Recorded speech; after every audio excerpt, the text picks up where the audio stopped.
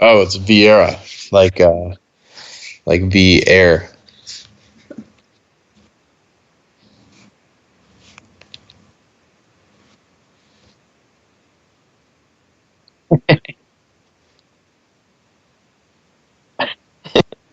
Spanish and Italian is basically Portuguese, so you know that's how you get it. Yeah.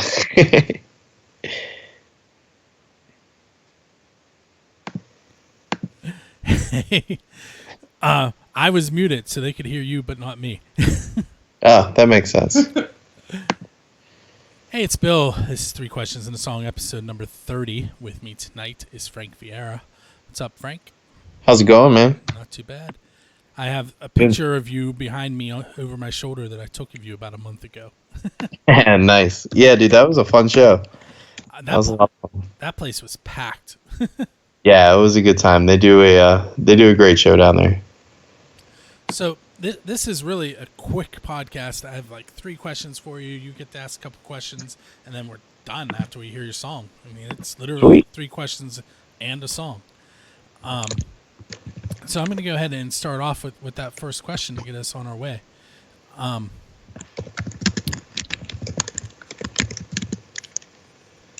Sounds as good. soon as my computer starts to cooperate.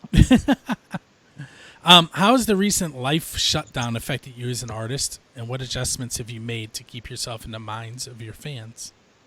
Yeah, I think that's a super relevant question for everybody right now. It's obviously live show wise has been a bit of a struggle. I mean, we're pretty used to playing out almost every weekend and traveling a little bit, but I think as far as staying out and being relevant, I think doing stuff like this and doing live shows on the internet has really been a great tool.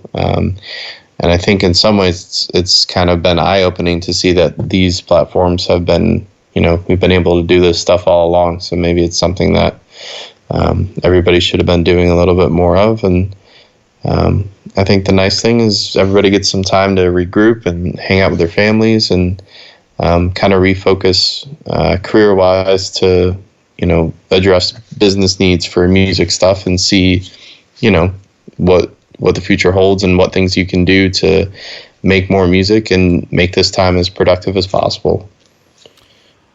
Well, as you can see, I'm starting to try and work video into my stuff because I had some time on my hands that I didn't used to have. Yeah, absolutely.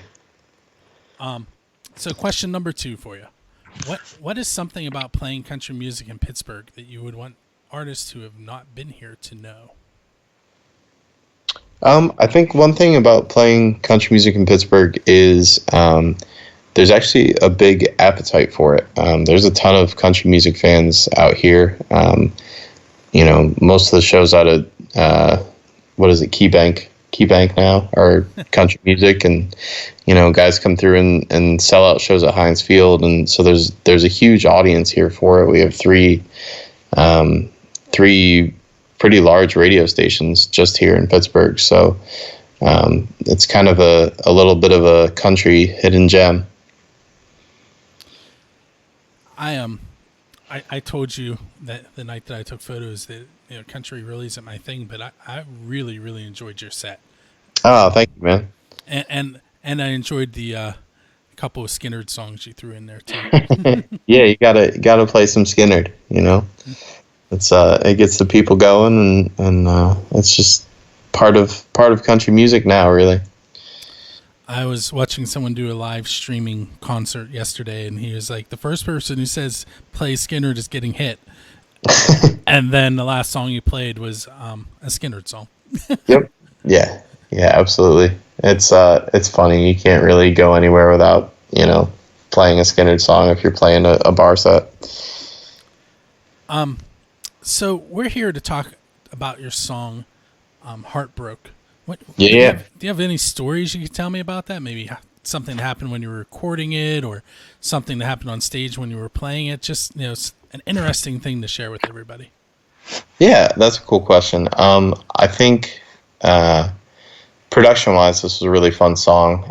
We worked with Mike Ofka out at Innovation Studios, and he's fantastic. And we'd been working on like kind of a compilation of stuff, which we'll be releasing over the next few months. But I remember I was having just a really, really awful day, and Mike, to his credit, kind of picked up on that and just kind of let me run with whatever we were doing production wise, and we kind of felt like it was different and out of the box, and it was one of those things that just kind of kept growing, and we're like, you know what, this isn't half bad. So we kind of stuck with it, and I think the flexibility of Mike recognizing that I just needed to dive in musically for the day was something that really helped the song out in the long run.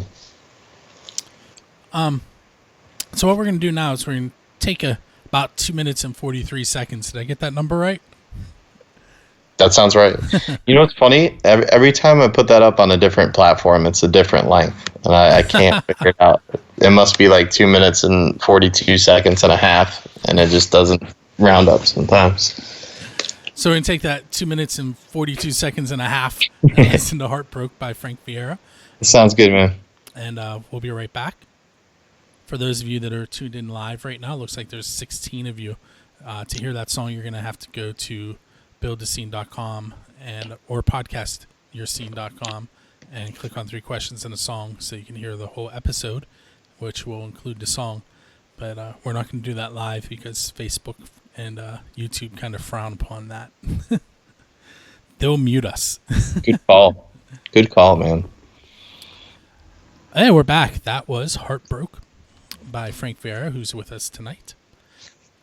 And what we're going to do now is I have a question that Nocion, which was the last episode's guest, would like to ask you, Frank, if that's okay. Cool.